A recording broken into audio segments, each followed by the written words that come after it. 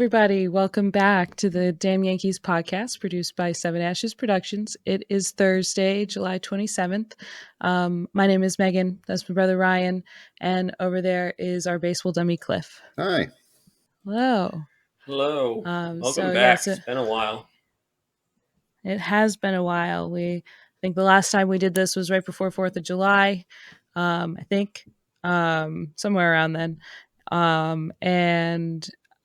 So we've I think it was the end of June. been absent. Yeah.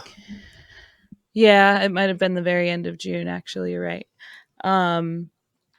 So yeah, we've been absent for a little while because we had a kind of a family tragedy. Our father passed away last month.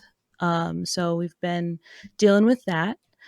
Lots of emotions, obviously, and so we tried to do one. I think right just after needed some time to. And that one was a little harder than we thought it would be. Yeah, the one at the end of June was only a couple days after, and I think we just kind of tried to, to get through it and do it, and I think we both realized without really even being able to say it specifically to one another, but I think we both mutually were like, we need some time. Some space and some time. Yeah. To deal with lots of different emotions. And so that's why we've been gone. We plan to do a kind of Damn tribute Tigers episode for our dad. Yeah. Damn Tigers episode, and kind of just go through some of the Tiger greats and some of his favorite players over the years, and kind of just out of talk about some Tigers around the league, former Tigers who are playing on teams currently that are on championship contenders and stuff, And so we'll get into more of that in a future episode, but we're gonna, get back on and talk about the Yankees. There's been a whole month of Yankee baseball to go over. We're going to try not to go and ramble on too much about that because there is a lot going on. There has been a lot that's happened. So let's get on into that. Yeah, we can dive into it. I mean, I think one of the bigger things, John Donaldson being DFA'd didn't happen at the last one, did it? I think it's happened since then. Is that right? No? Or he didn't DFA. I'm sorry. Donaldson's on the IL, but in my mind, I'm so sorry, but in my mind, this is completely fake, and they just want him off the roster. I've made up a whole scenario in my head that I clearly believe. He's been fake DFA. Yeah, no. Yes, he. Well, he is on. I'm so sorry. He is on the 60-day IL, so he might as well be DFA'd. Yes. Because that gets you to the end of September. So we're not seeing Donaldson for the end of the year. So effectively, he's not on the team really anymore because his contract is done at the end of this year. Right? Yes. We're done. Yes. Okay. We're done with him. So that's a thing. Otherwise, the Yankees have been pretty much sucking without Aaron Judge, and that's the big summary of it all. But surprisingly, I think we were just going over some stats. Yes, that could be that. Yeah, who knows? I mean, they're not really talking much about it. Boone has been very Boone about those questions, and they asked if he might be available tomorrow. He said probably not, but we're not taking it off the table. Whatever. So we won't know until the lineup card is submitted and we see it posted. But yeah, I mean, since in the last 30 games, so probably a little bit since before we last talked, in the last 30 games the Yankees have played, they are 15-15, which is not great, but not. I was really surprised to hear that. This month alone, we are 9-11, not good at all. It could be worse, but we got to face the Royals, so that helped. That helped. Yeah, certainly. It certainly feels worse. Almost half of our wins this month are against the Royals. So Wow. I guess a third of the wins are against the Royals. Okay. Yeah. I mean, however you slice it doesn't sound good. That's the only team that the Yankees have won the series against in the month of July. Otherwise, they split between the Orioles and the Mets just this last series. They lost to that was the Cubs. They got swept by the Angels, and they also lost to the Rockies. Yeah, bottom 5 team and a couple of mediocre, less than, bottom half teams at least with the Cubs and the Cubs. Sorry, and the Angels are in the same kind of playoff race. The Angels we are basically in. The Yankees. Right now. So and then the Baltimore Orioles are a really good team, which we'll get into more later. But I mean, the month has not been good. They have not. It's not as bad as 2022 August.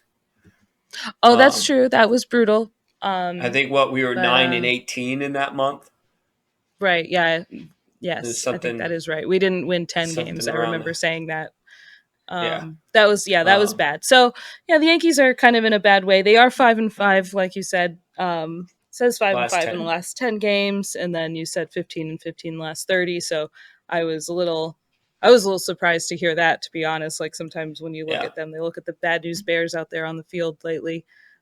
So we could probably go on and on. So that's probably why we won't go on and on. I will say that at least the bad news bears won in the end of the movie. Yeah, so, well, maybe they'll win at the end of this movie. Maybe we'll yeah. A bright spot is Garrett Cole. I think, even when he is struggling, he's still an ace out there on the mound, and he still looks good. You can count on him every 5 games, knock on wood. And Rodon was exciting in his last start. Previous 3, maybe not so much, but this last start was very good. And I would say his first 2 starts weren't bad. It was his third they weren't start bad. We just ended up losing them. And his third start. The third start was bad in Colorado, and then he ended it with the kiss, which I honestly didn't care about. I didn't care too much about. Kind of like some people were annoyed with it, but some people were like, clutch your pearls, upset about it, and like, how dare he? It was like, I mean, you're gonna boo him, you're gonna, scream at him. I mean, I'd rather he didn't him blow scream a kiss back at you and say, "Yep, love you too." Yeah, and move on, rather than get into his feels afterwards and cry about how mean New York Yankee fans are. So I think he handled it fine. I mean, he's getting his rocked, and he by the handled Rockies. It. I mean, of course, he's going to be angry at himself. He's got an entire stadium of fans screaming and booing him. And I mean, I think it was so I didn't have a problem with it. I think blown out of proportion. Love you too. Right. Kind of a fuck you, but love you. Yeah. And I mean, it's New York. Like, well, it wasn't New York, but it's New York. Like, who cares? And let's move on. And I didn't understand why people were getting upset about it. It was like, whatever. So then he came out his next start and pitched very well. And, hopefully he only improves from there. And we have better days with Rodon. So those I loved how a couple of bright. Energetic he was throughout that. I mean, he was fired up. Yeah. He obviously, like, we saw the same energy that he was giving when he was getting, beat by the Rockies, like we just said, the blowing the kiss, but now he's doing it with more of the energy of like the fired up, like you said, I think he threw, he was screaming, he was, he struck out Alonso for a pretty big moment, and like really was like and like off the mound, and was really was really animated, which is nice to see. I mean, we had that with Sevy, but he's just not been so great lately, so that we don't get to see that. Though I think in his last start he had a couple of Sevy roar moments, but it is nice to see that fire on the mound when it comes from good pitching. It is. And speaking about, we had talked about Judge possibly coming back on the mound. Cortez and Loaizaga are on the mend to working return their way as well. back. And I think if we get those two back outside of Donaldson, who we don't want back, is there anybody else that we're waiting on to return from injury? Montas? Did you just say that? No, I didn't say Montas. I kind of forget that, he's a Yankee. Yeah, I mean, I don't know. I haven't heard, but he's the only one that I think had the potential. The only other one that had the potential to come back this year, right? Yeah. Yeah. But because Efros was out for the year. The season, oh yeah. I don't think there's anybody else, I think that. I can't think of anybody. So yeah. So I mean, that's good news. Big, but, if we can get Cortez and Loaiza back, it'll definitely be a help. I do like. I don't know if you saw the John Boy. They kind of pressed Boone a bit with that, and Boone tried to be like, "Oh, well, we got three big stars from within, kind of coming back, kind of reiterating the front office mantra of free trades."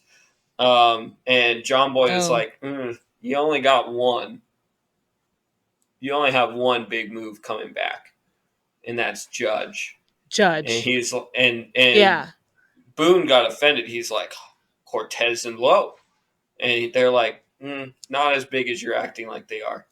And he was like, offended that they said, he's like, "Look, they're going to be good. They're going to help, but they're not game changers. We need other help." Yeah, I was like, Loaiza is going to help the bullpen that's been taxed because of Boone's poor decisions, but sorry,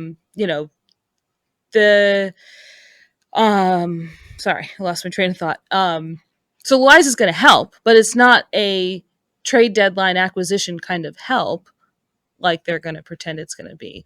Cortez, if he can be last year Cortez, maybe I give you okay.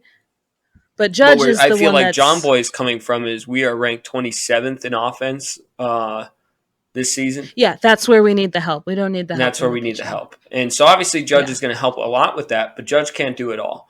No. We need a left fielder. We need a third baseman.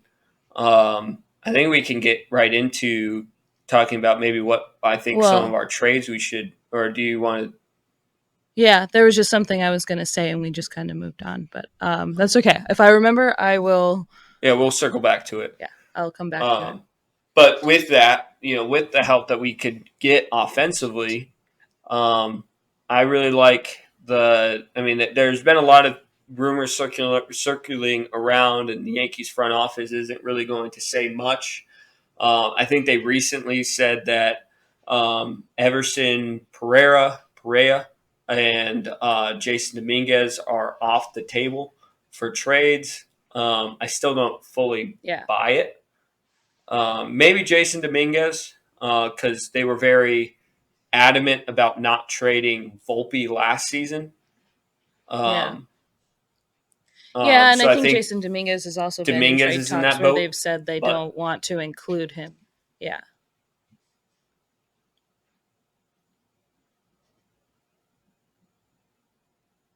So, and on the flip side of it is the Yankees have been unfortunately known for holding on to their prospects for way too long without a real ability for those players to make it into the league. Diego Garcia is a name that comes to mind with that. Just somebody who I think in 2020 was getting a lot of looks for trades, and we could have traded him then. Instead, he's been stuck in the minor leagues and only called up as a 27th man from time to 27th man in doubleheader games from time to time.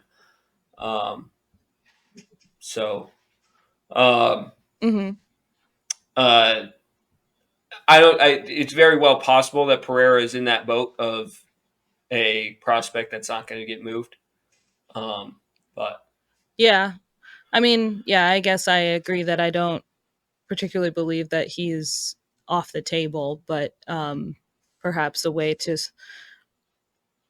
kind of sweeten the pot or say, increases value to other teams when it's such a seller's market to be like, yeah, he's not on the table. You want him? You can't have him. You have to give us something really good for me to consider moving him. Because he's never been, I don't remember him being included in other conversations of this prospect's off the table. But I mean, could be wrong. Who knows what they're thinking? The Yankees never tell us the truth.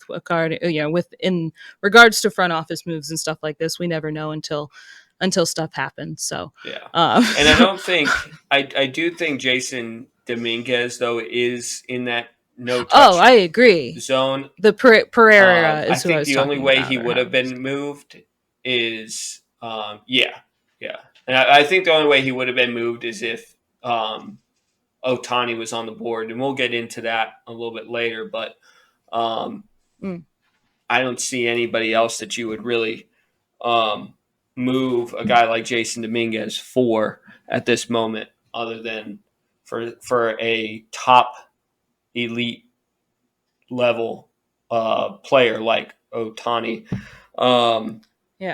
Maybe. But I really like there's a. Sorry, go ahead.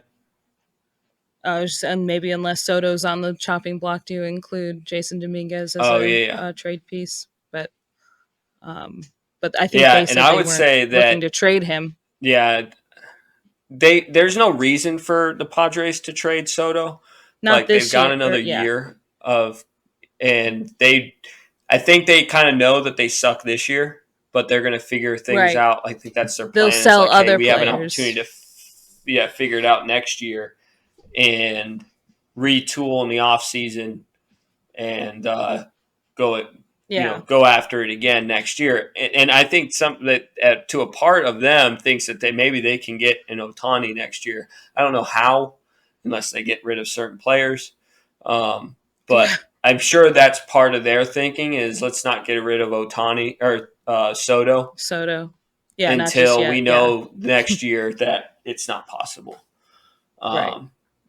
So anyway, barring that, I do believe Jason Dominguez is locked down. They like him. They want to keep him. But Pereira, I think they want see that just being a little carrot. Yeah.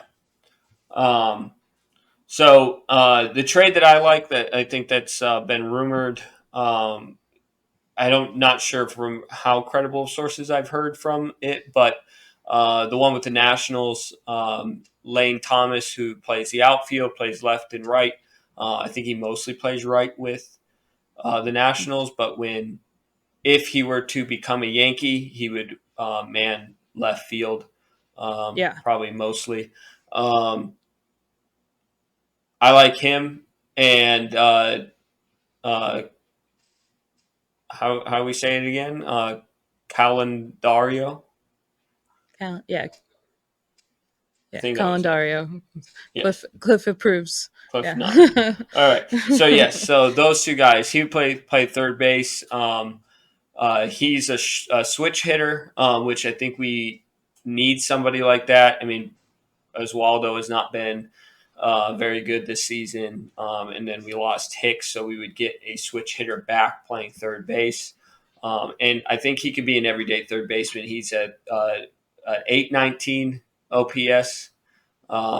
He hits decent power, and when he's facing righties, hitting on the left side, he'll have that short porch to be able to utilize. And then Lane Thomas, he is a righty, so ideally you would want a lefty for this lineup because we are kind of lacking in that. But Lane Thomas, I think he's got a 827 OPS right now. He's playing fantastic ball with the Nationals, who have been absolutely terrible. So that would be a really good trade. Two players from the same team that I think could really help us.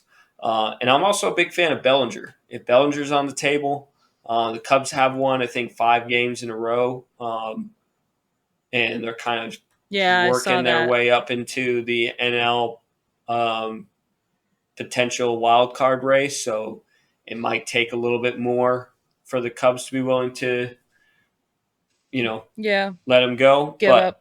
I wanted Bellinger in the offseason. I remember, yeah. And he's found his groove.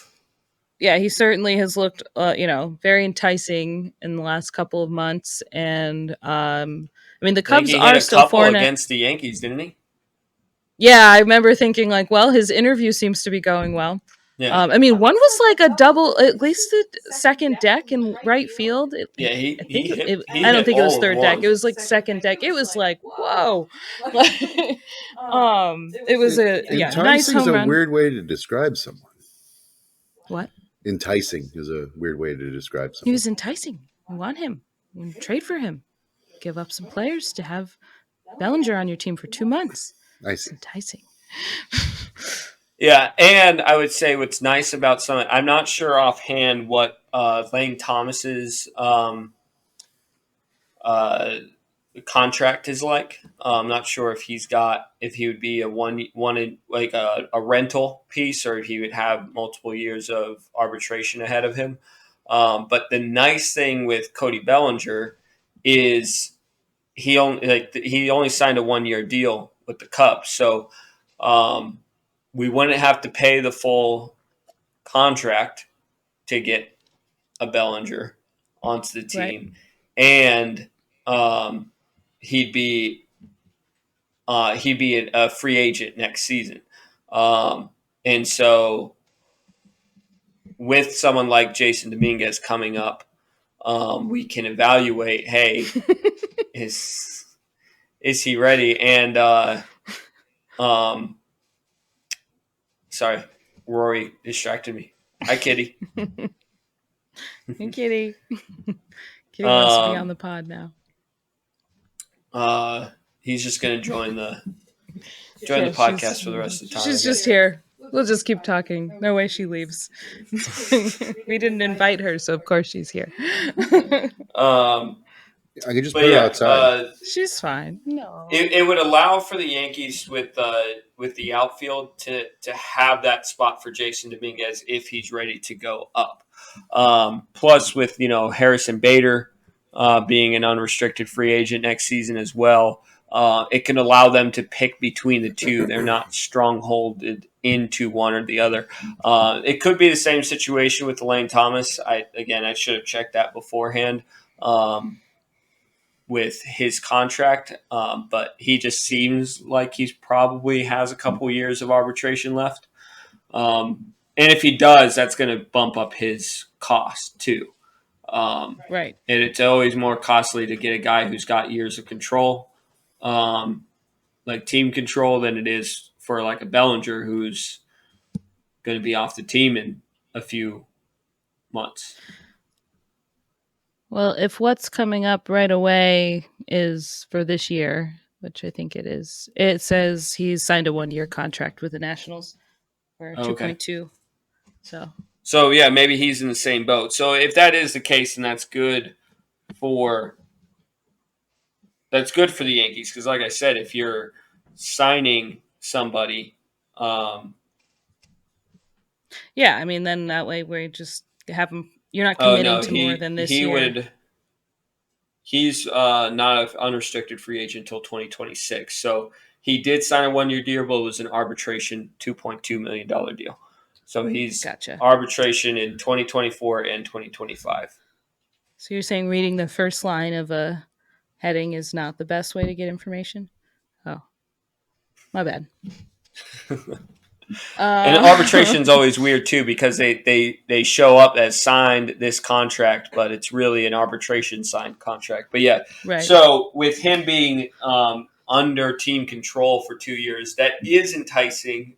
Cliff's favorite word. That is enticing for the Yankees, because it does give them control of the contract. Essentially, it's much harder for a player to get the money he wants when he's under arbitration for another 2 years. But at the same time, it does stronghold them into when you're trying to get a guy like Jason Dominguez up. I mean, that's the whole reason why Peraza's been stuck in the minor leagues for so long, is because this season is because you have guys who are under contract that can't be moved down. Anyway, that's a bunch of contract nonsense for just basically saying that I like both of them for different reasons. Bellinger, because we can have him for 2 months, and I think he's really good. Lane Thomas, because he can have a couple of years of contract. To clarify, Ryan, I got no problem with the word enticing. I was just, concerned about my wife, talking about another man as enticing. That's all. He's attempting acquisition. It's not making it better. All right. Whatever. I did hear though. Cody Bellinger though. Yeah, I mean it's fine, Cliff. I mean some people. I mean he is on the hot baseball players list, but not for he you. Looks stoned. No, I mean he's like this. They're none of them Jeter, ever. Anyway, I was gonna say something. And obviously important to consider.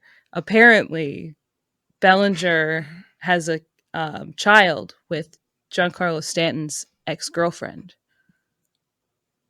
So maybe it can't happen. I read this on Twitter. You mean that on sounds X? Like a reason we can't make a trade, that's for sure. We definitely never have put two players in the same locker room that have some beef. That don't like each other. Yeah. Didn't happen in 2004. It didn't happen in last season. Donaldson and Cole. Didn't end very well, but hey, Donaldson, feign an injury so you can get off this damn team. Oh, right. That's not. I would say the 2004 one didn't turn out to be so bad. No. Yeah. I mean, A-Rod was integral in winning us 2009 World Series. So, I mean, but anyway, I was just joking. I just thought that was kind of funny. Another part of the trade rumors that I saw that I'm now just remembering is on the flip side, Gleyber is in trade rumors again, apparently. I have. The Marlins, I saw that mentioned. And isn't that the same team that was interested in him last season? Last year, but couldn't pull the plug on Lopez, I guess was, right?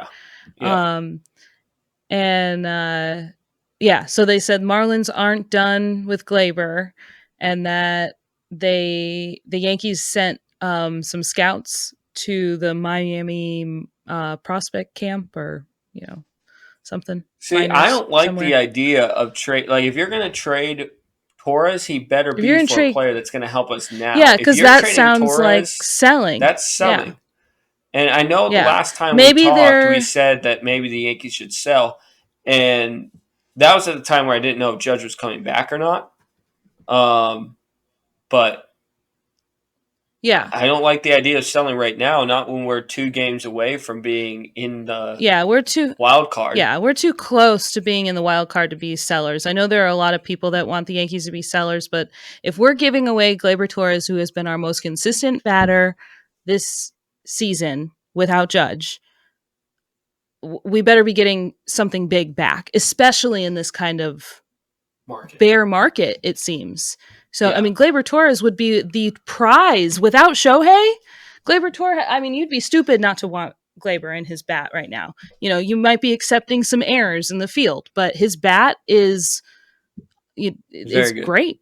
You want that in your lineup. I don't see why you want it. So it's also not needed right now, and I can see the idea if he was going to be a free agent this season, this off season, and you don't know if he's going to return. Hey, let's get some stuff back. We'll put Peraza there for the rest of the year.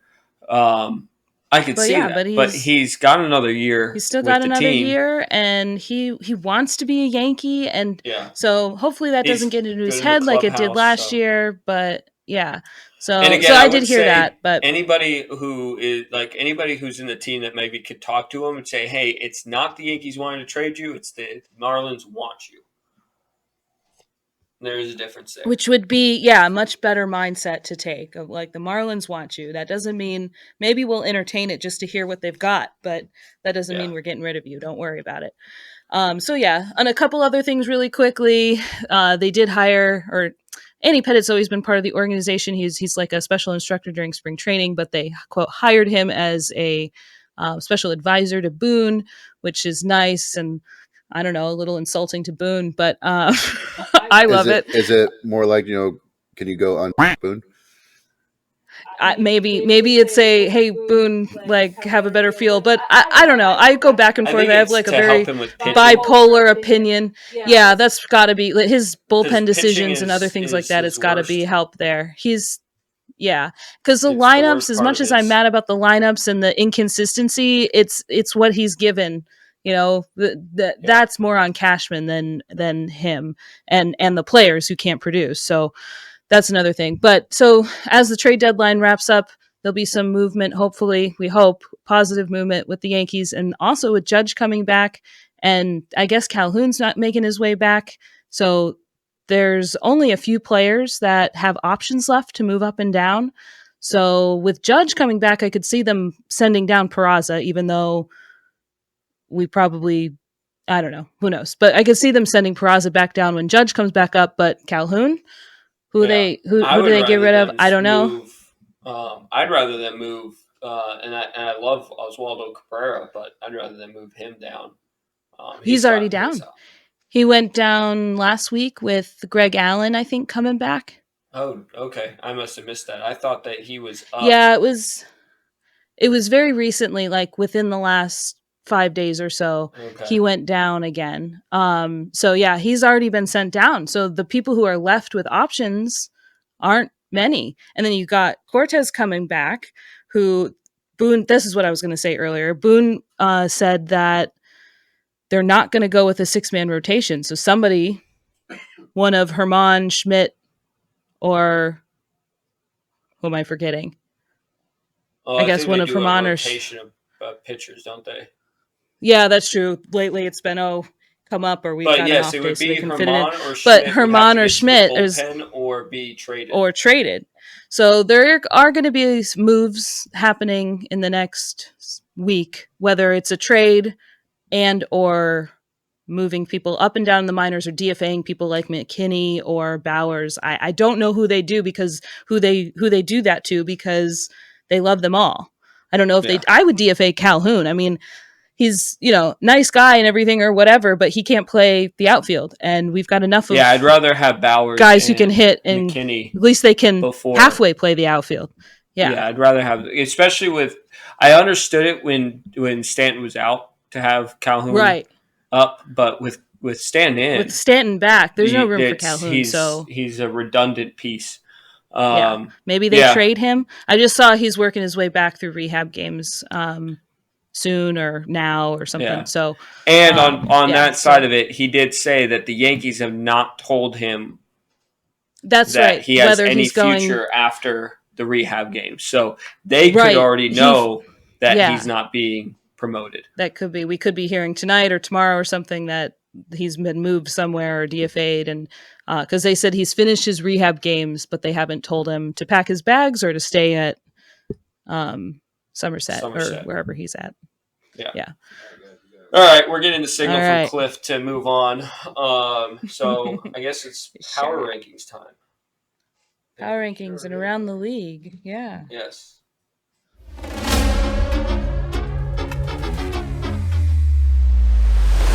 Ryan's MLB Power Rankings.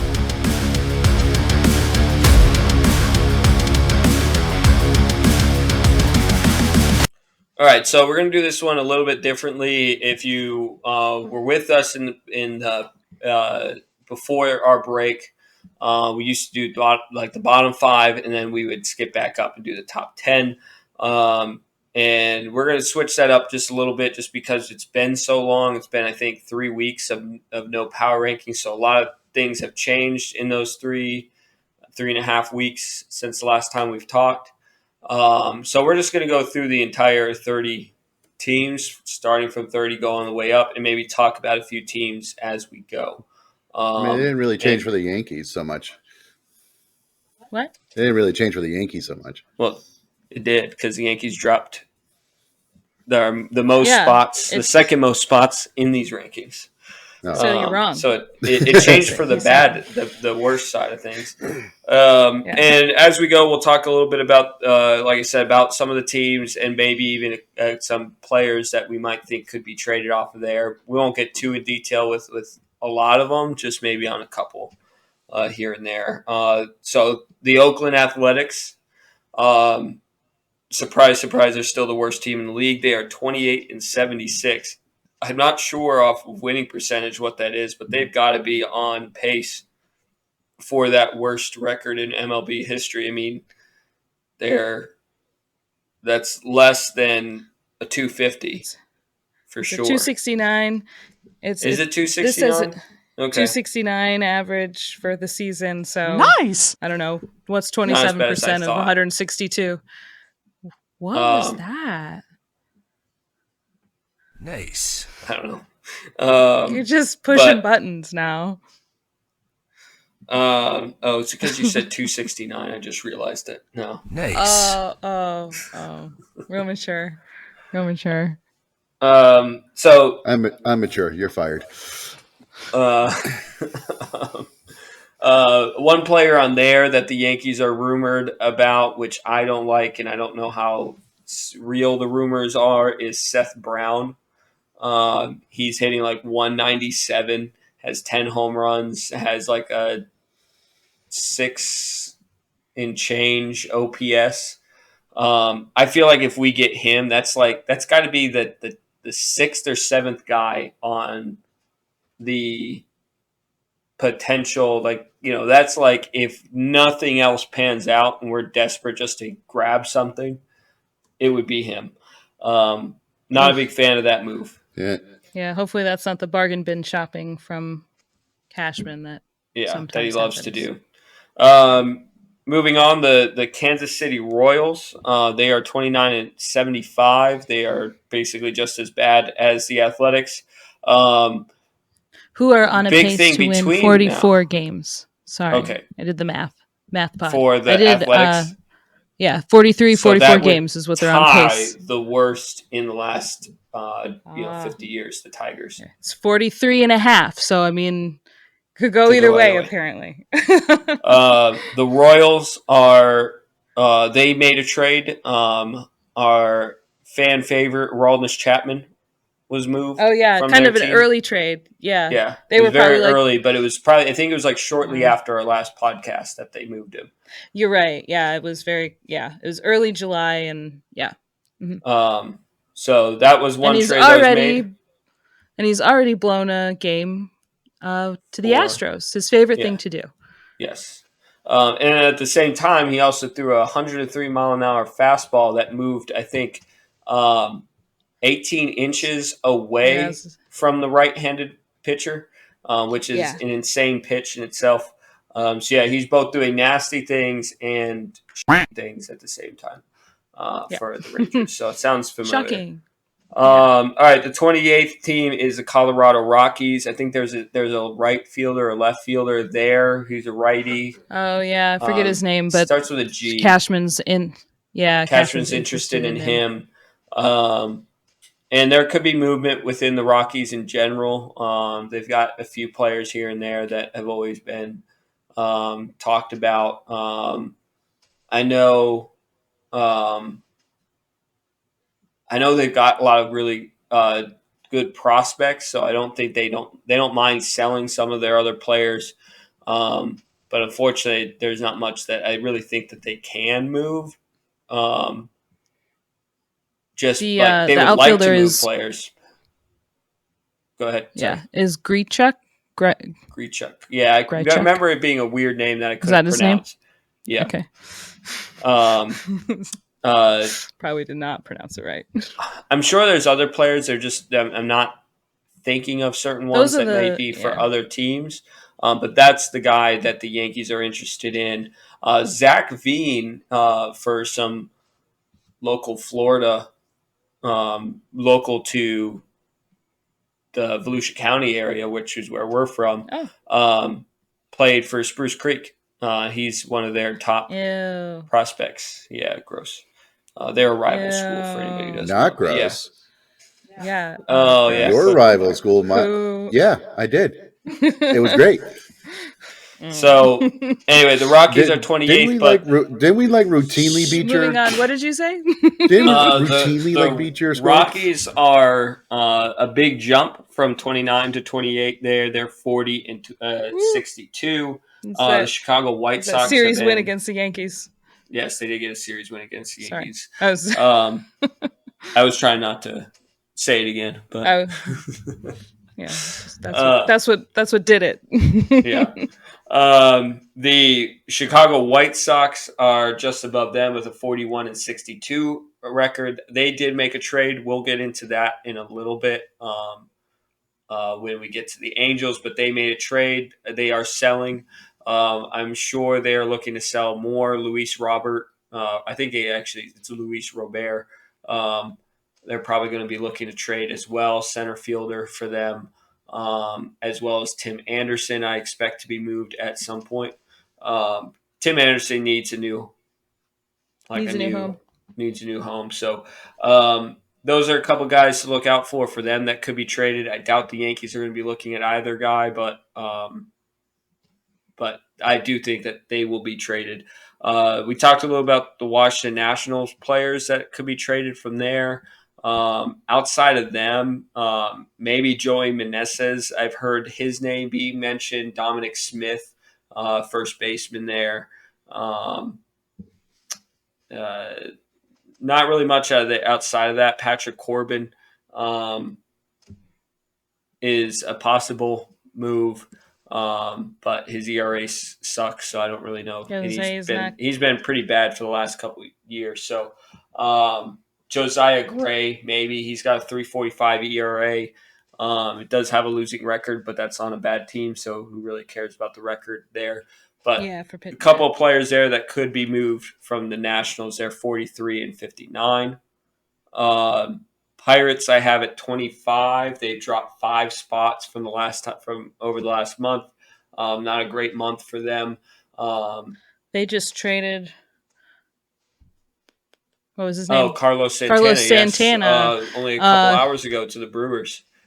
Yeah. Didn't he have he had some fun walk-off, didn't he? Yeah, he did a walk-off dance before he got to home plate was dancing, and it was against the Brewers, and now he's on traded their team. to the Brewers. So that'll be interesting. Maybe Pirates are in the sell mode. Keep an eye on Brian Reynolds. I just don't. I was gonna say, are they going to sell him? But what was his contract that he signed?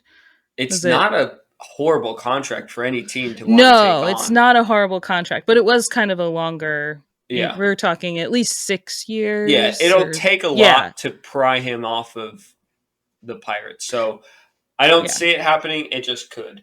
And then I know I've heard Andrew McCutchen was in some rumors, but also Andrew McCutchen himself said no, right? Yeah, well, he called Talkin' Jake stupid for suggesting that he could be traded. Yeah, I think Talkin' Jake just posted the Rangers are interested. There's a report that the Rangers are interested in Andrew McCutchen. And he's like, dude, you're stupid if you think I'm going to leave the Pirates. And I'm like, he's not stupid. How is it just not true that the Rangers might be interested in you? He didn't say that you're interested. He just said the Rangers are interested. I don't know. Yeah. So, he apparently was a little snippy on social media there. All right, number 24, jumping a couple spots, is the St. Louis Cardinals. They haven't actually been bad in the last couple weeks, but their season's still terrible. I expect pretty much a fire sale within this week from them. I've heard Wilson Contreras, who they just signed from the Cubs in the offseason, is on the potential trades. On the block. Arenado is on the block. I've heard Yankee fans want Arenado. I'm not really sure if we should get Arenado. He's like that player. We keep complaining that we keep getting old, washed up. Right. I was gonna say, I'm not sure I'd necessarily complain, but it'd be more of the same. Yeah. And I don't know. But I wouldn't. If we got him, I would not complain that we had him. No, he's a great fielder still. And he has potential of finding his bat again. Last season he was an MVP candidate, so he's not far off from being who he was. But yeah, it's also fair to say we have plenty of, stars that need to find their bat again. So absolutely. So, yeah. And then there's a lot of others. Dylan Carlson, I think, has been in trade rumors as is Lars Nootbaar. Yeah. And a few others. Both of those guys have been in rumors with the Yankees. I think Nootbaar is kind of really the coveted outfield. Yeah, from the Cardinals. Like if you could pick someone from the Cardinals, I think that people want Nootbaar. People want Nootbaar. The Mets have dropped a spot. They've been Metsy all season. They do split a game with us. It's harder and harder to say Metsy when we kind of look a bit of the same. Metsy. But we are 8 games better than them. So that's true. So the Mets are number 23. I don't really expect them to be necessarily sellers, but they're not really buying either. Like there's just nothing for them to do. Yeah, I did see rumors that they were shopping around Justin Verlander, but I don't know how credible that was.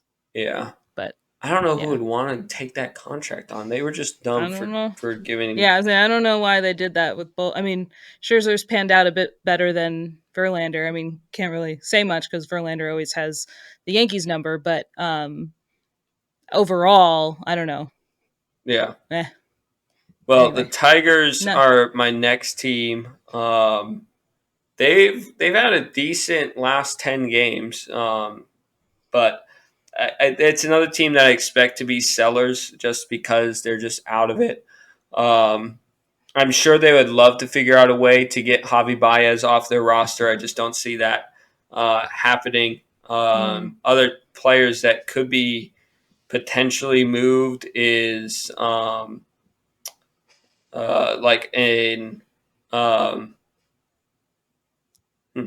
Jake Rogers. Sorry, their catcher Jake Rogers, I've heard, is a name that people are looking at. It could be a name that the Yankees look towards just because of Trevino going injury down to Trevino. But I haven't heard that as a rumor for the Yankees. It is potential now that Trevino is out for the year.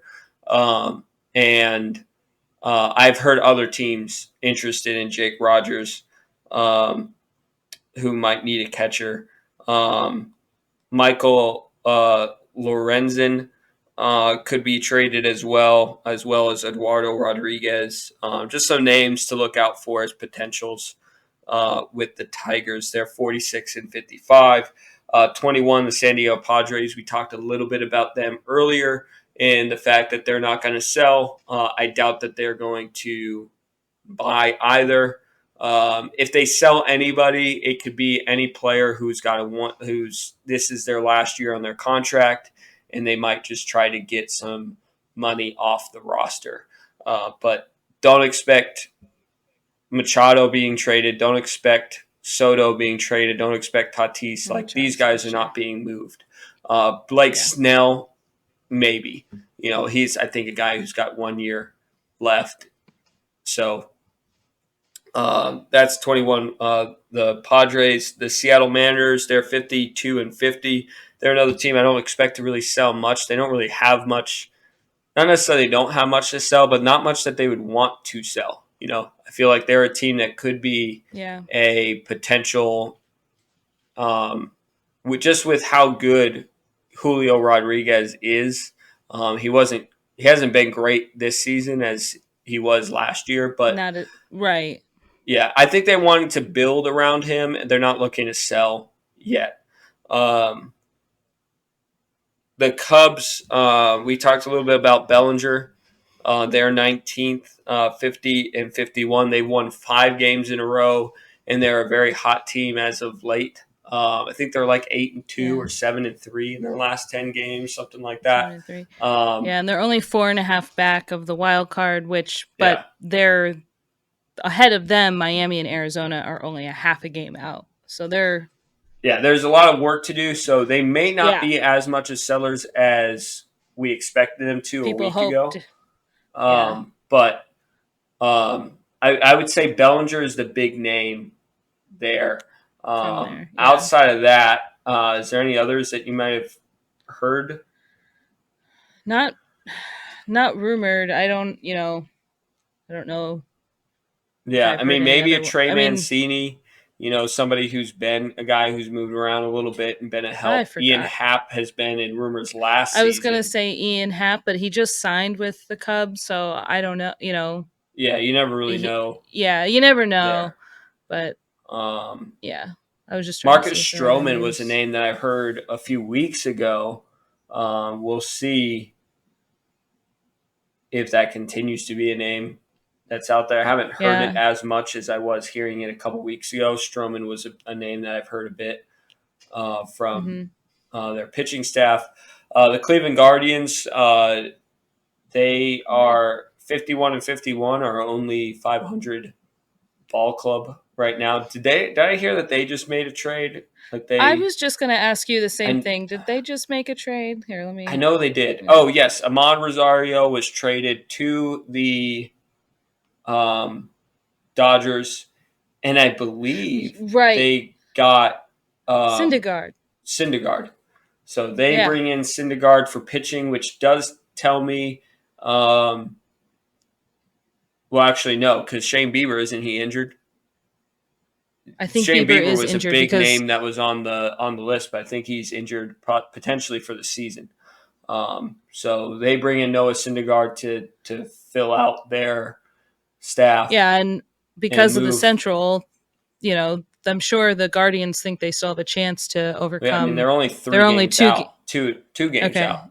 2 games out behind Minnesota, so they couldn't get into the wild card if they were in any other division, but they have a chance because they're in the Central to overcome Minnesota. So I'm sure they do think they've got that run in them. Ahmad Rosario has not been doing well in their lineup, so I'm sure they feel like, hey, right now we need pitching. So let's, I mean, Syndergaard is not nearly what he once was. But anyway, that was a trade that just happened there.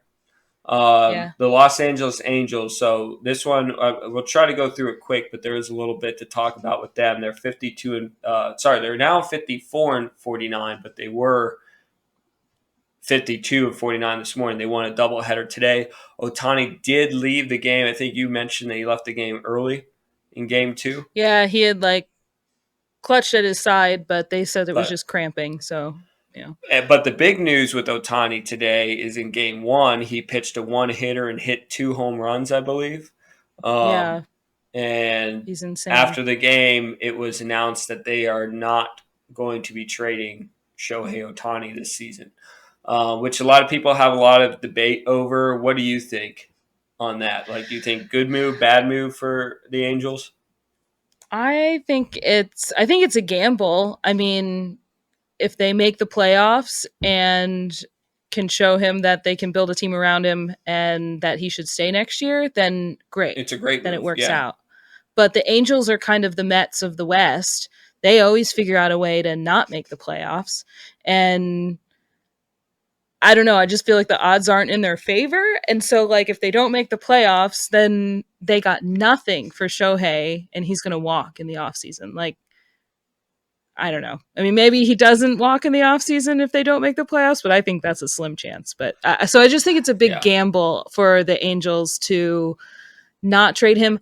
On the flip side, you trade him and you look like an asshole organization yet again, that you can't build a team around Shohei and Mike Trout. And, he might be injured right now, but he should be coming back in September, I think they thought, maybe. Yeah, I don't know. Maybe for a potential playoff push, they could get Trout back. Yeah, so I do get it. Just a big gamble. You're not going to get any. If you don't make the playoffs and he walks in the offseason, you get nothing back for the best player in baseball.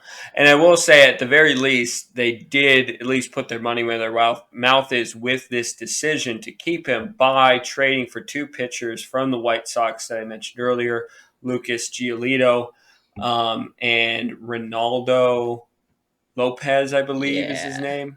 Yeah, Giolito was certainly the headline, but yeah, and I think Reynaldo is a relief pitcher, but it adds some people to their staff, something that they desperately needed. Both sides, pitching staff. Is he a starting pitcher? I think it's Lopez. Oh, Yeah. Reynaldo Villalpin. I'm sorry. I Yeah. was thinking that. I'm sorry. I was thinking that was his last name. I was like, who is this person? And I believe he is a relief pitcher, right? So they add someone for their bullpen and add someone to their starting rotation, both of which the Angels need. So they're definitely within, like, they're just like the Yankees. They're only 2.5 games out. Yeah, they're half game, right? Half game behind the Yankees and is that what we were saying they're earlier? 3 games off from they're 3 games Blue out Jays. of the wild card, and So right. We mentioned earlier that the Guardians are a terrible Cleveland or Central team. The team that they're fighting against is the Minnesota Twins. They are number 16. They're 54-50. A little bit better than a month ago when they were winning the division under 500, but not much more over 500 and winning their division. They are number 16. I don't expect them to sell. I do expect them to try to get some players, kind of like Cleveland, some like small pieces where they can improve on the fringes. A division title.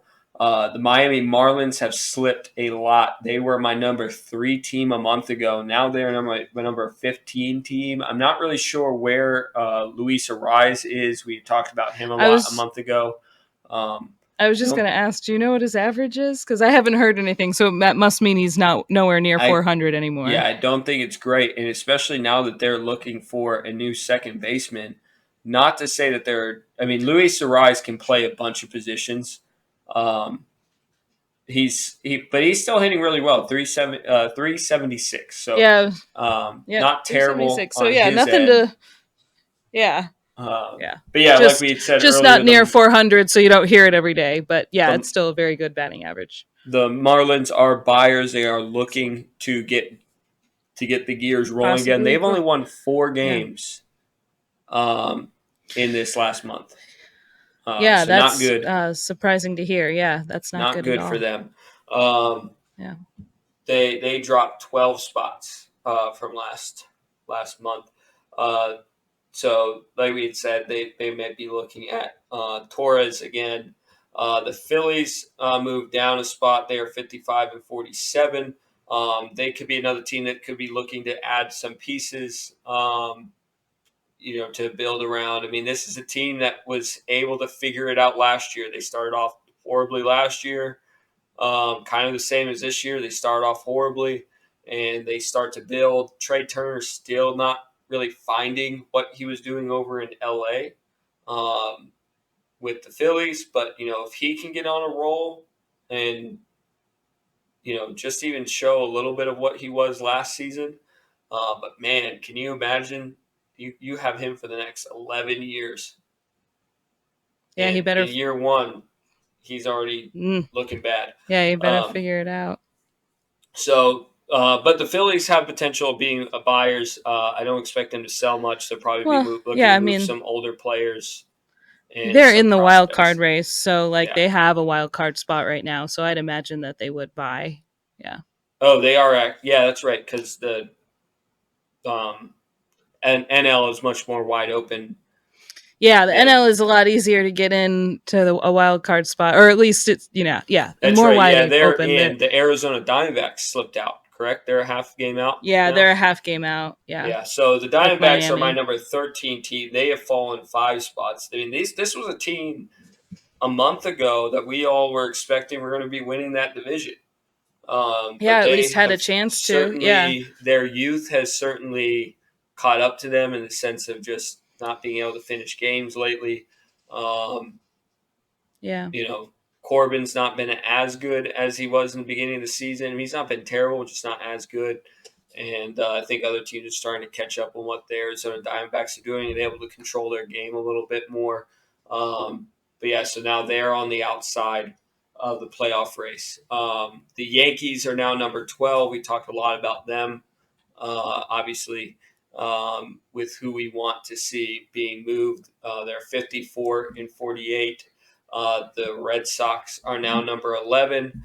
This is another team that I thought could be a selling team maybe a month ago. But I think they have like the best record in the last month or something stupid. Yeah. I hate admitting that, but I think that's true. Row, haven't they? 4 games at least. I think, something. Yeah, 4 in a row. They're 6-4 in their last 10.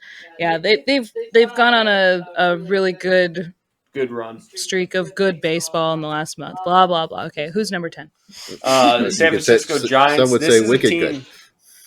This is a team that the Giants, we expected all year they were the sellers team. I mean, Jock Peterson was a name that was, mentioned. Yeah, people were just picking at their team candy, I guess. Yeah, whatever. And now they're a pretty secured.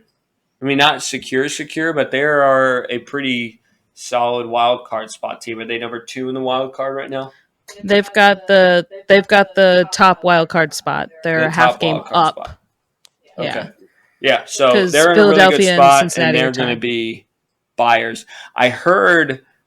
I mean, obviously now the Angels are not selling Ohtani, but the Giants were one of the top names listed as rumors to get Ohtani.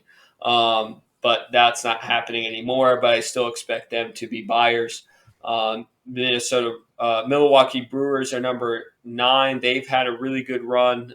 They were another team like the AL Central, the NL Central last month was very similar, where the Milwaukee Brewers were only just barely above 500, but now they are leading the division, not by much, only by a game and a half, but they have certainly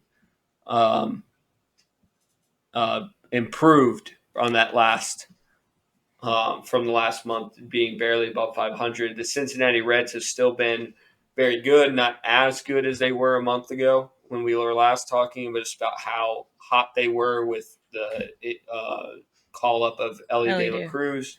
But still very good. Ellie De La Cruz has still been hitting moonshots and stealing a ton of bases. So he's and being exciting for the city regardless. That knob gate of his. Did we talk about that last time? I don't think we did. Remember. So he went up to bat and he had like some piece on his knob of his bat that was like a silicone I think you and piece. I just talked about it. Yeah, right. And then they made him remove it, and then he did, and then he hit a home run. Something foot home run. Yeah, huge home run. And he's pointed to the bat and tossed it and was like, what do you? I don't need it. So what are you gonna do? So, but he's fun. I mean, regardless, Cincinnati's really enjoying him. So, Cincinnati has also said they're willing to trade Jonathan India. And I guess he came out and said like he gets it. They've got like a log jam in the infield, but he'd be sad to be traded. But they're a fun team. Even our cousin who doesn't really go to baseball games to watch baseball, she has gone to a couple of baseball games, she said, this year. Yeah. She lives outside the Cincinnati area, so they've been going a couple times. Having a good time there. So Cincinnati is a fun team there. Another team that has been on fire is the Toronto Blue Jays. They've been figuring their movie out, I guess, this year, the last month. They're up 5 spots. They're leading, right? Are they the lead? No, Houston's the lead. Tampa is the lead. Tampa, you're right. Tampa's the lead wild card spot. Yeah, Toronto's the third. Third wild card Toronto's spot. the third. Tampa is up 4 games, and Houston is up 1 game from Toronto, who has the last spot. Yeah. So that's the crazy part about the rest of this this whole thing, right? I mean, we're 7 teams here, and 5 of them are AL? Yeah. Teams? I mean, it's just the difference between there are 7 games difference between the LA Angels and the Tampa Bay Rays. 7? Yeah. Mm-hmm. And LA is 3 games out of the wild card, and Tampa is at the top of the wild card. So there's 7 games that separates 6 teams. Yeah. And speaking about Tampa, they are number 6, but they are one of the coldest teams in the league right now. I think beforehand we were looking at it, and only the White Sox, Royals have been worse in the last 10 games or last 20 games. In the last month, Athletics joined that group of being worse than the Rays, but that is not good company for the Rays to be in. We had talked before that this team would be okay if they could play 500 baseball for the rest of the season. They are not playing anywhere near 500 baseball right now. So, yes, they're they 2-8 in their last 10. So, they need to, or no, they don't. They don't need to figure anything out. But, I mean, for Tampa fans' sake, they need to figure something out for themselves. Damn Yankees Podcast. For us, they can keep being a bad team. I mean, it's a mixture of teams figuring out how to play against them and a mixture of just, also that they had such a hot run in the beginning of the season and now they're cold as shit. What does that sound like? Baseball, Yankees last year. I mean, baseball has a way of, humbling you and bringing things back to the average. It's a long-ass season. Yeah, long-ass season. We had said if they played 500 baseball, they'd be okay. Playing 200 baseball, not good for them. Maybe not good, yeah. They are the number 1 wild card team right now, but not too long ago, That's a month ago, they were the number 1 baseball team in baseball, period. Yeah, and they were up in the AL East by 10 games or something, double-digit games at one point, weren't they? It was a good distance at the very least. So, number 5, a team that's been playing very well, the Los Angeles Dodgers. Like we said earlier, they made a trade for Ahmad Rosario to play shortstop. That is a big hole that they've had ever since they had some injuries. And they also added Kiki Hernandez from they just got Red Kike Sox. Back. And I do believe the Red Sox added, they didn't just get some prospect pieces. It was a player swap, basically. The Red Sox got a player that they needed, and the Dodgers got a player that they needed. I think Boone alluded to this earlier. Wasn't it Boone who alluded to this? That a lot of the trades this season are going to be seller on seller, buyer on buyer. Basically, I'm going to give you a piece that you need. You're going to give me a piece that I need. MLB ready player that'll make a difference, kind of thing. Another team that's been on fire is the Houston Astros. They are creeping up on Texas Rangers pretty quickly. Texas Rangers I do have as number 3. Like I said, they did make that trade to get Aroldis Chapman, and it did not help them against the Astros. They actually had some pretty intense battles between the two teams. I think Simeon hit a game-winning home run against the Astros, but the Astros had a game-winning. Aroldis Chapman blew a save against the Astros as well. And didn't benches clear? Over someone getting hit. Or I thought it was Simeon's celebration at the plate, which didn't look like anything to me. That looked like chill out. I don't know. Maybe I'm missing some context, but that looked like nothing to get pissy things about. Got heated between those two teams, but it's that battle is also getting heated. I'm sure. And Houston's 2 back now, and I'm sure Texas is feeling the heat, and Houston isn't used to looking up, at least lately. Definitely 2 rivals going at each other. 2 teams that are in Texas too. So they're not far from each other. So I'm sure that it's a heated rivalry there, and it's getting exciting to see those 2 teams battle against each other. I hope Texas beats them. We'll see. The Orioles I have as number 2. They are now the top team in the AL, 62-40. That team, I think that was a team that I think everybody has been expecting at some point they're going to fall off. They're not going to be, and they've only gotten better. And they haven't even made a trade piece, have they? They haven't brought anything in, Nope. I think, up to this point. So this is a team other than Aaron Hicks, outside picked of up that first off week, of waivers. hasn't been. He hasn't been so great. I mean, he might be mediocre, but he also blew a catch. Like he took a terrible. Yeah, he did a nice little Hicks forgot how to play the outfield baseball moment. For a minute. They got to experience center field Hicks and taking terrible routes to balls, and so they got a little taste of what we felt. So it wasn't all roses over there. Yeah, good.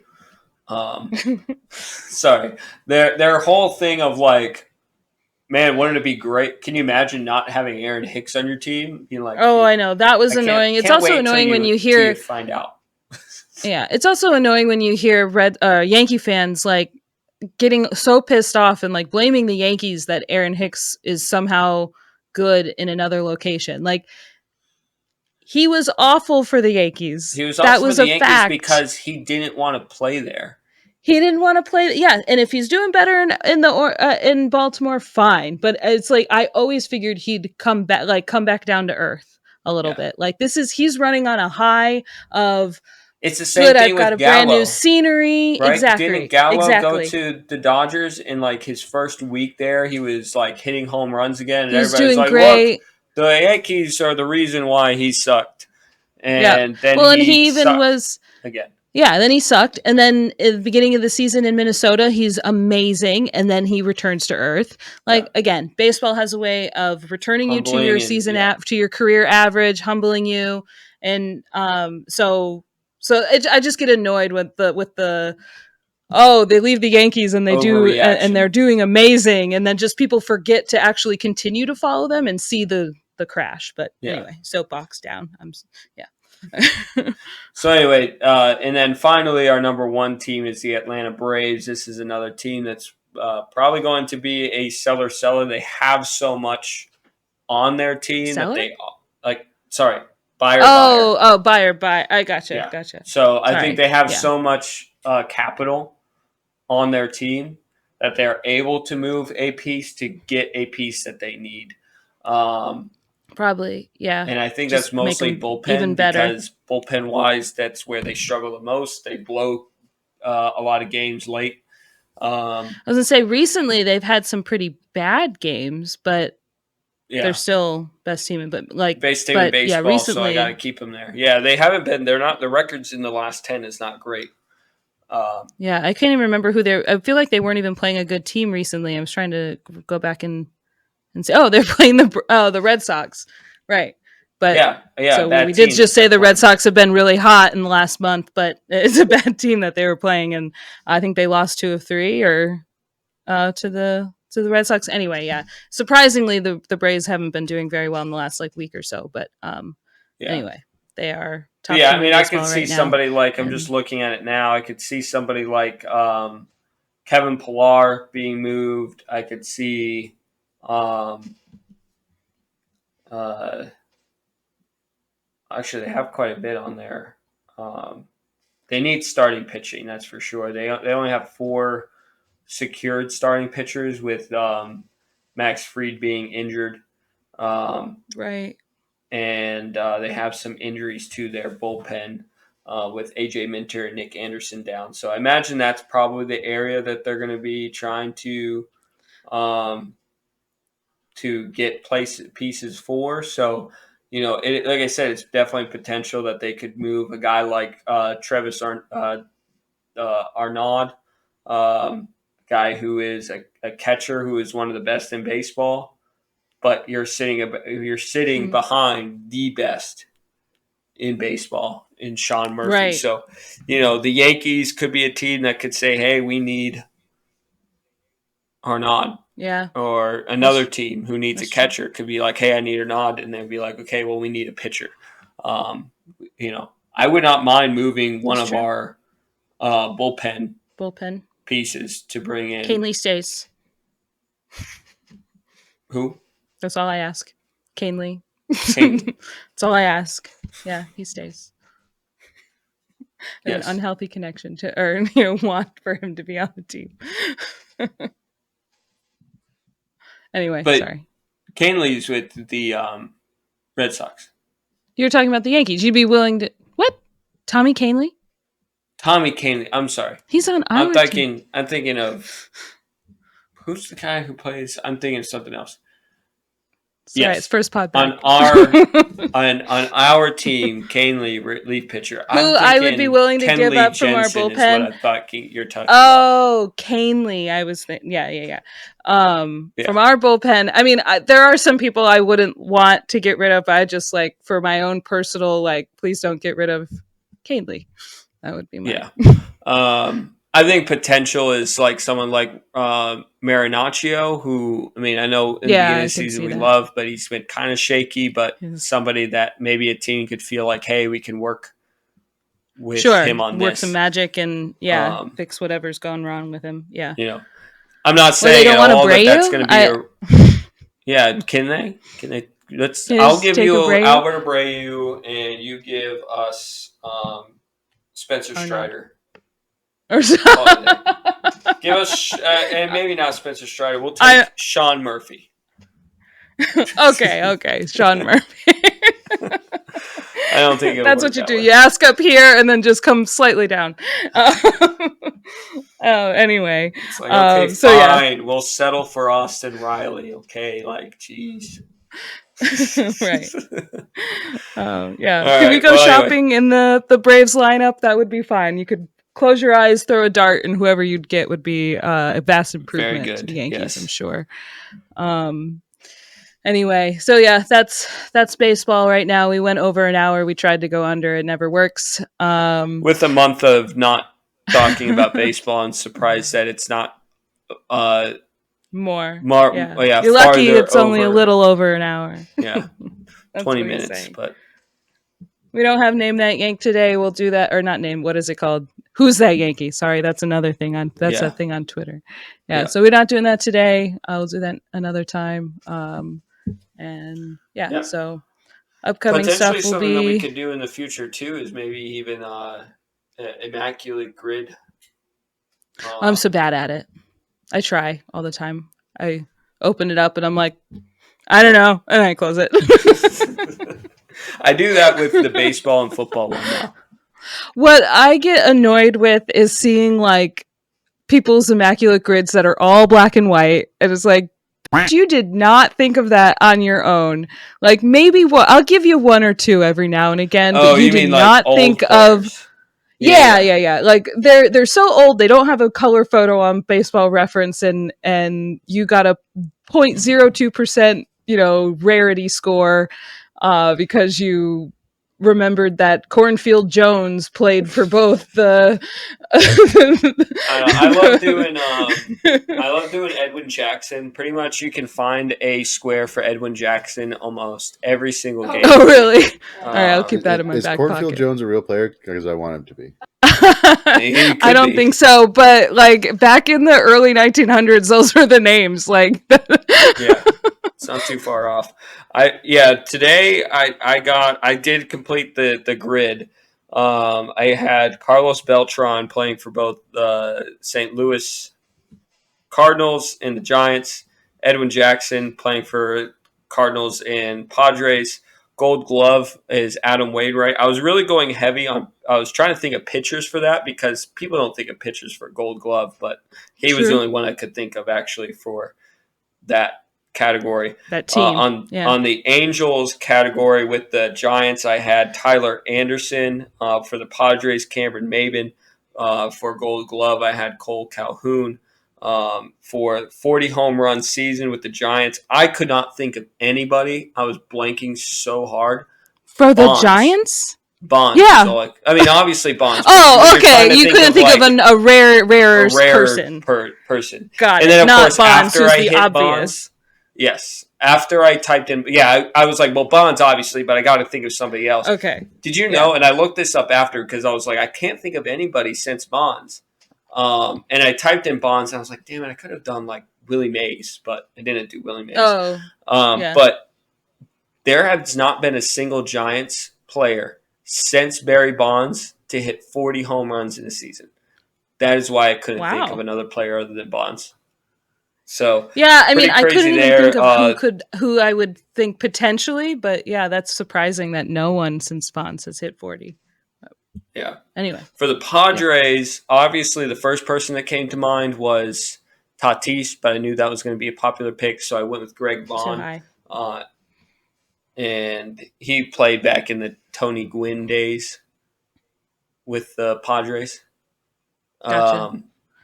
I only know this because his thing came up on a who's that player or something like that. Like it was like a card, and they didn't show anything around it. It wasn't a who's that Yankee, but it was just a card, but they like edited out the name and the number and all that. So I had to go look him up. So I actually remember that, oh, hey, this guy's actually really good. This guy played for, So luckily that helped me out for that tile. And then for Gold Glove and 40 home run season in the same year, the only one I could think of was Alex Rodriguez right away. But I'm sure there were others that were 40 home run, Gold Glove. Yeah, I couldn't. I'm just not good at this in the same season. I'm just not good at thinking of this kind of stuff off the top of my head. So I get why people cheat, but it's just like don't post your cheat. Don't post your cheat as if you thought of it on your own. Yeah. Just be like, yeah, this is a baseball reference, Immaculate Grid. Isn't this the Immaculate Grid too that everybody learned that Trout has not won a Gold Glove? Like that was a lot of people's if they Trout hasn't won a Gold Glove.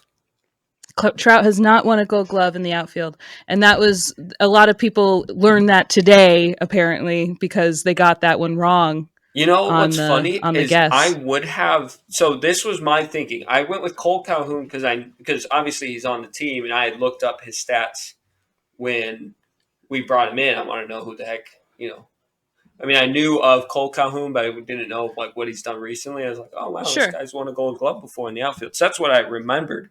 But when I initially was looking at it, my first thought was, well, I'm not going to do Trout because that's going to be the obvious pick. He's the obvious one, yeah. That's the only reason I didn't do Trout. So I'm glad that I didn't do that because I was trying to think of something rarer than Trout. Yeah, apparently a lot of people went for it, and they were like, "What? How has Mike Trout not won a Gold Glove in the outfield?" Which also, how has? And I think it's this stupid thing, like we were talking about before. Like they have to do these outfield positions, so you Gold Glove in center field. Like that's not how they like. Well, it is how a lot of teams play. You're not the Yankees everywhere where everyone's playing everywhere in the outfield. But still, I think it should be just be the three best outfield Gold Glovers. Like the three best outfield defensive players should win. If I was playing it of who was my first thought of Gold Glove, I would have lost with Mike Trout right there because that would have been the first person to put it in. Yeah, I was also surprised. But anyway.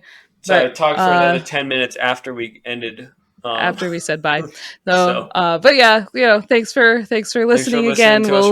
We'll be doing them more regularly. We'll do a tribute episode for Damn Tigers, and we'll do a couple of other. I know we keep saying we'll do a couple of other React episodes like superstitions and other things like that and traditions, and so we will be doing that. But got sidetracked for a few weeks. Where can they find us, Ryan?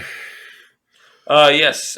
So follow us on Twitter, and I guess now on Threads. Is Threads the same? If people are actually getting on. Yeah, Threads is the same as Instagram. Threads, Instagram, Twitter @DamnYanks_pod, or X if you are a follower of Elon Musk for some reason, and Facebook @DamnYanksPod, and then. Like and subscribe to our YouTube and Spotify account. And smash that subscribe button, do all the things, and we'll see you again next week. Yeah. See ya.